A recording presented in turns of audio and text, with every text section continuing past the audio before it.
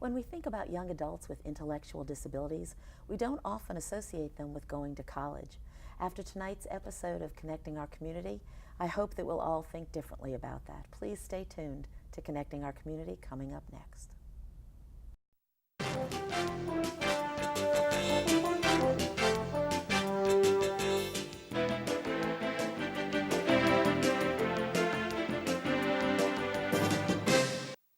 Hi, I'm Pat Shoemaker. Welcome to Connecting Our Community. Our first guest this evening is Dr. Meg Griggle. She's the co-director of Think College and a senior research fellow with the Institute for Community Inclusion at the University of Massachusetts in Boston. Our second guest is Carla Neighbors, the Director for Developmental Education and Workforce Access at Montgomery College. Welcome to both of you, and you both have said that I can call you by your first name, so I'm not being disrespectful. Meg, tell us please what Think College is. Sure. Think College is a national organization aimed at expanding and improving inclusive higher education access for people with intellectual disability. And is it a local, well, you said it's a national, but how did it get started and how did you get involved in it? Well, it got started in its current iteration around 2008 through a couple of grant-funded projects. And I began working with Think College at that time, and we were working throughout the country with two grant-funded projects. One was aimed at working to offer technical assistance and training to colleges and universities that wanted to increase access for people with intellectual disability. And another grant was focused on doing a national survey of existing options. So doing outreach to find out how many colleges and universities were serving students with intellectual disability. And I would imagine, as I said in the tease, there are not probably many people who would associate someone with disabilities, intellectual disabilities, with going to college. So how did that become something that somebody thought about that was a topic even for discussion? Well, you're right. Typically, students with intellectual disability in their middle and high school years aren't necessarily encouraged to think about college. That really depends on the community they're in and the school system they're in. Luckily, in Montgomery County, I think students in this county are more likely to be encouraged to think about college. But nationally, it's still a challenge. So the movement to increase inclusive higher education options in the country really developed over the past 20 years. I think after IDEA, the legislation that supported students with all disability to receive public education, those students all grew up. And it's not surprising that the college conversation started around the same time as those students who initially went into public school were aging out like their peers. And what do most 18 to 22-year-olds think about when they're leaving high school? They think about going to college. Right. And that's interesting that it came from the physical disability to the intellectual disability. And is it, do the two work together? Are the programs for physical disability students with physical disabilities as much as intellectual, or does this simply focus on intellectual disabilities? Yeah, that's a really good question. Colleges across the board, by law, under the ADA and the Rehab Act, are required to be accessible to people who have physical disabilities. So when someone has a physical disability, it's more about access, physical access, and being responsive to their needs about mobility on campus and being able to access the materials. For students with intellectual disability, sometimes it's more strategic access. It's the admissions process. It's having access to non-degree options. So the pathway to and through college for people with a physical disability or a disability other than an intellectual disability can look a little different. And for a student who's going to be attending college, the goal is to graduate, to go out into the workforce, to move on, and that's where, Carla, do you come into that? Is that what your job would be? Primarily at Montgomery College, the programs that I offer are for students in non-credit programming and students that are looking to just enrich their lives with various programs to stay abreast of technology and just to hone skills that they already have or learn new skills. So primarily I work with students with more significant developmental and intellectual disabilities. So your program is really, so Meg, if I get this right, what you work with is to get students into college, and Carla, you're focused on keeping them there, keeping them interested, and not necessarily getting them to graduation, but just to keep them engaged? It's to give them a college experience. The student population that I work with significant developmental disabilities, thinking back 15, 20 years ago, was told college isn't for you. Intellectual disabilities, severe, significant developmental disabilities, this isn't the place for you. Yeah. Montgomery College developed non-credit programs and courses for students with intellectual disabilities. And several programs have evolved over the years. Our graduate transition program, the Challenge program, our partnership with Montgomery County Public Schools, which is the TTI program, Transition Training for Independence. And most recently, I would say 8 years ago, a new program that we developed, Connecting Reading and Writing, which is designed for students with autism and developmental disabilities who really want to pursue college credit coursework, but fell short of the college entrance exam, which is Accuplacer, and we prepare them to take that exam so that they can matriculate to college level coursework. And how do you get your referrals? How do you find this? Do you work that closely with the public school system? Very closely with Montgomery County Public Schools and some of the non-public schools in the area. But our student population come from the Washington metropolitan area, so we'll have students from the Virginia area, PG County, DC, and Maryland. Wow. Students from Virginia come all the way up here. Does that mean that there isn't anything in Virginia, or that your program is so wonderful that why would they pass that up? Right. Both, I would say. The Graduate Transition Program is the program where I will get students from the Virginia area to come to that. That's a very unique program that is modeled after credit to give students an opportunity to experience college. It gives students the opportunity to take 6 classes per semester, change buildings, change classrooms, change instructors, obtain a student ID, join student life clubs, and fully immerse themselves in the college community. So it was modeled after credit, but we have a custom tailored non-credit curriculum for them. You said 6 classes per semester? Per semester. There are students that I know with no disabilities, intellectual or physical, who would find 6 classes in a semester to be quite overwhelming. How do your students do this? So the schedule is 55 minutes for the classes. 3 classes are on Monday, Wednesday, Friday, and 3 classes are on Tuesday and Thursday. Wow. So we strategically worked out the schedule for the students so that they can achieve academic success. Well, that's amazing. Is this the kind of program that you see in other schools or locations around the country that you've studied? Yeah, the GTP program is a good example of a customized program for people with intellectual disability. What we see around the country is sort of a range of different amounts of access to the college curriculum. So there are some programs that support students in a very specialized curriculum. There are some colleges that support students with intellectual disability to take some typical college classes with their peers at the college and some specialized courses. And then there are other colleges that support access only to inclusive courses and don't have specialized curricula. So we see around the country a pretty broad range of each of those options. Yeah. And do you find that it's better because mainstreaming, putting students with any kind of disability has been something that's been done for so long? Do you find that you want students with intellectual disabilities to be put in with students who don't have disabilities, or do you find that they react and work better if they are put with only students I with think- intellectual or physical disabilities? Does it make it? And I know what you're asking.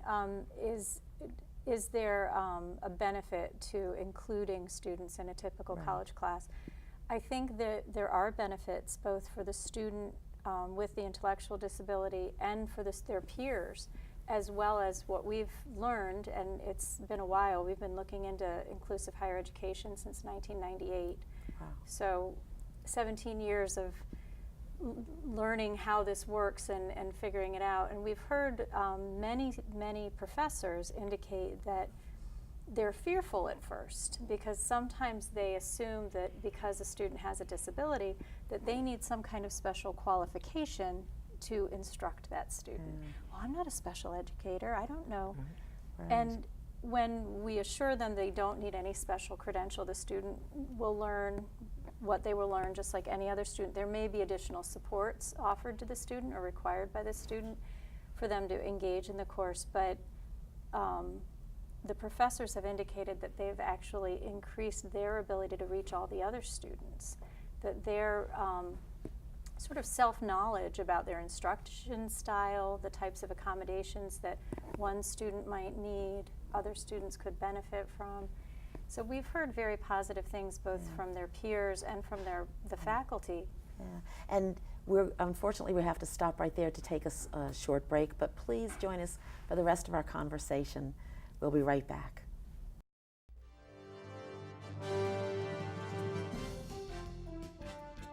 When you donate goods in response to an international disaster, it's expensive.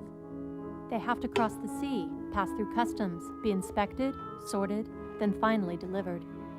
And often they arrive too late to help, making your good intentions feel a little empty. There is a better way. Cash donations are fast, simple, and allow professional relief workers to purchase supplies close at hand. Cash is best. Learn more at CIDI.org. It's our duty to serve veterans and military families who serve their country in the most difficult ways imaginable. Together, we can say thank you in so many ways. Small acts of kindness mean more than anything. With our support, veterans and military families can face even the most difficult challenges. Let's honor their service with ours. When I was younger, I was never told to think about college. No one really thought that I could go to college. But I still wanted to go to college, like my brother. So I told my family that I wanted to go to college. It wasn't easy, and it took a lot of work, but I made it. I'm a student at Mass Bay Community College. Make your dreams come true, and think college. For information about college for people with intellectual disabilities, visit thinkcollege.net. Hi, welcome back to Connecting Our Community and our guests, Meg and Carla. And Carla, we didn't really have a chance to talk in the first half of the show about how this program started or how you got involved in it. Could you tell us about that? Oh, absolutely. The Graduate Transition Program, known as GTP on the college campus, started, I guess it's been about 16 years, in 2000. I was approached by two parents, Bonnie and Wanda, who had sons with significant developmental disabilities, and all they wanted was an opportunity for their sons to experience college. They had older siblings go off to college, and they just wanted this for their sons with the intellectual disabilities. And they had researched and approached some of the other local colleges at that time, four-year universities, and were told no. Came to Montgomery College with their idea, and Montgomery College was receptive to their idea of their sons taking non-credit courses at the time. So we sat down and we thought about, well, what do we want this to look like? And the parents both said, we just want them to have a college experience. And we thought, well, what is a college experience for individuals with intellectual disabilities? And they said, we want them, what do traditional college students do? We want them to experience college. Well, we thought long and hard, and we said, well, traditional college students go to school part-time at a community college, work part-time, and party part-time. Yeah. So we put those three entities together and started the Graduate Transition Program, where students take 6 classes per semester. They join student life clubs. We partnered with Potomac Community Resources to provide the students with the social component. We partnered with Project Search to provide the employment component for students. And what is Project Search? Project Search is a SEEK nonprofit organization in Silver Spring, Maryland, that provides internships to students with intellectual disabilities. And they've partnered with Montgomery County government, the Federal National Institute of Health, and the Smithsonian. Wow. And students are placed in internships on a rotation basis with the ultimate goal of those students being hired by the employers. That's amazing. Meg, is this a model for other places, other schools in the country? Yeah, Project Search is actually being implemented all around the country, and it's a very successful employment model for youth. It's not always paired with a college, so what's nice is that Montgomery College is infusing a college aspect to what is typically a pretty straightforward employment training program. Yeah. But a very successful one. Yeah. And have you had any big success stories that you look back and say, oh my gosh, this is phenomenal? Or is it just the whole thing from start to finish is a success because the students are students and they're not people with disabilities? Well, there have been tremendous success stories in the past 15 years since I've been employed with the college. With students each semester and almost every year. Students have graduated from the Graduate Transition Program, have gone through Project Search Program, and are now federal employees at NIH. Wow. So that's a typical path. Yeah. Go to school, internship, and now into paid employment. We've had students matriculate from the Graduate Transition Program and move into credit-bearing coursework. We've had students audit credit classes. So the program is so customized, it allows the students to really blossom where they can and move forward in an academic path that's successful for them. Yeah, it's just amazing to think that 15 years ago or 8 years ago or 20 years ago or whatever, that the same people that you now are seeing fully employed, earning a good living, living a good life, would have been just totally overlooked, discarded. Nobody would have given them a second chance or a second hope. It's just amazing that that much progress has come for this group of people. It's really, to a large extent, due to new federal legislation that was passed in 2008. The Higher Education Act included amendments and funding for people with intellectual disability specifically, and it funded a new group of projects around the country in 27 states who received grant funds to create new programs that were inclusive in a higher ed setting.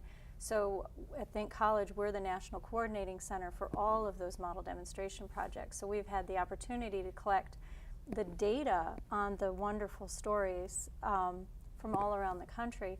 And we now have data on over 2,200 students with intellectual disability who have gone to college, taken classes, gotten jobs. The employment rate right now for students in these programs nationally, the average is about 40%.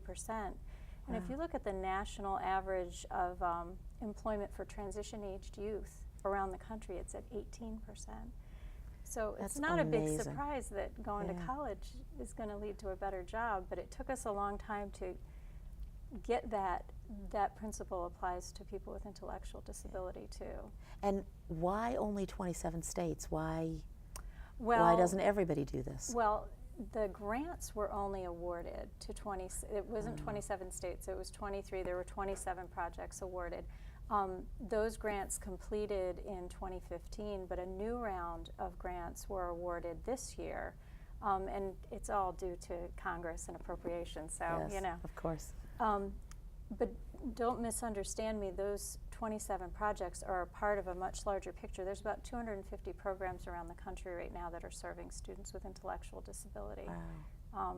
And part of our mission is to keep knocking on those doors and keep engaging colleges and universities, because beginning a program, Carla did it 15 years ago and was probably one of the trailblazers to think about what students would want and what it would look like. But it's still a hard first conversation. Yeah. So getting And- people involved. Yeah, I'm sorry. How would a college approach you? I mean, or how would you approach a college if the college heard about the program and said, "Oh, Sure. that sounds interesting"? What would be the next step? We work with a lot of colleges and universities, sort of at that first step. What would that mean? How would that look? Doing some strategic planning, really looking at what the college's goals are, how much access a student is going to have to all of the college services, not only courses, but housing, employment services, career services, counseling services, health services, all of the different aspects that Carla mentioned that a typical college student would have access to. But you also want it to align with their mission. So all colleges have missions, and if diversity is a part of it, if community outreach is a part of it, if employment is a part of it, serving students with intellectual disability actually meets all of those Right, with one benchmarks program. in a college mission. That's incredible. And how do students pay for these classes? It's tuition-based, tuition and fee-based. In the non-credit section, and that's my area, students pay tuition and fees. They can apply for scholarships at Montgomery College, and primarily just a tuition and fee, because it is a tuition and fee-based program, the Graduate Transition Program, the Challenge Program. So primarily it's tuition and fee and scholarship funding. So is there funding for people who might not have the ability to pay? Scholarships, yes. And Also, are there generous scholarships, or generous scholarships, and through Montgomery College Foundation and through the HSC Foundation, which is a partner at Montgomery College that What's the- awards scholarship, which is the Life Enrichment Program, the LEAP Awards that are given to students with intellectual disabilities to attend college. So and they can get this even though they are not degree seeking? exactly. They can get those scholarships. Yes, for That's non-credit, which that's is really nice. Really nice. Yes. There's Yeah. another option, not necessarily at Montgomery College for the GTP program, but for some of the other colleges, the Higher Ed Act also created a new financial aid access point. So prior to this, students with intellectual disability had to have a high school diploma, pass an ability to benefit test, and be matriculating toward a degree to get financial aid. And now they don't. If they go to an approved program, they can access Pell Grants, Supplemental Educational Opportunity Grants, and federal work-study funds. So it's not available at all colleges, but more and more colleges are applying to become comprehensive transition programs. And so It really opens the doors for Yeah. students to Yes. allow them not just to take the college classes, but to also seek the benefits and the rewards that come with attending college. Yeah. So It's amazing. And Meg, as you were saying just before the break, it's not only a benefit to the student, Yeah. it's a benefit to all of the students, because Yeah. I would just imagine that it just forms friendships and Well, and it's opens up really a their part of eyes. life. It's really nice because our children and my children go to school with students with disabilities all the time. They don't think twice about it. right. If they have a student who uses a wheelchair or a student who's on the autism spectrum, that's just the way it is for them. They would Yeah. assume all of their friends are going to go to college with them. And we're still breaking down the barriers for the generations prior to us. But Yeah. I think we'll see in 20 years a very different kind of outcome for the young people who are going through high school and into college now. Yeah. Somebody said to me years ago that almost everybody has a disability. Some of them are obvious and some of them are not. Yeah. So there you go. Yeah. And I hate to say this, but it's the end of our show. Oh. So I'd like to thank you both. It's a fascinating, wonderful, terrific program. Thank you both for being Thanks for with having us. us. For more Thank you. information about Think College, you can visit their website, thinkcollege.net, or email thinkcollege@umb.edu. For more information about the GTP program, You can find it on the Montgomery College website, which is montgomerycollege.edu. And you can also go to the Connecting Our Community blog on the mymcmedia.org website. Again, thank you so much for watching, and we'll see you the next time.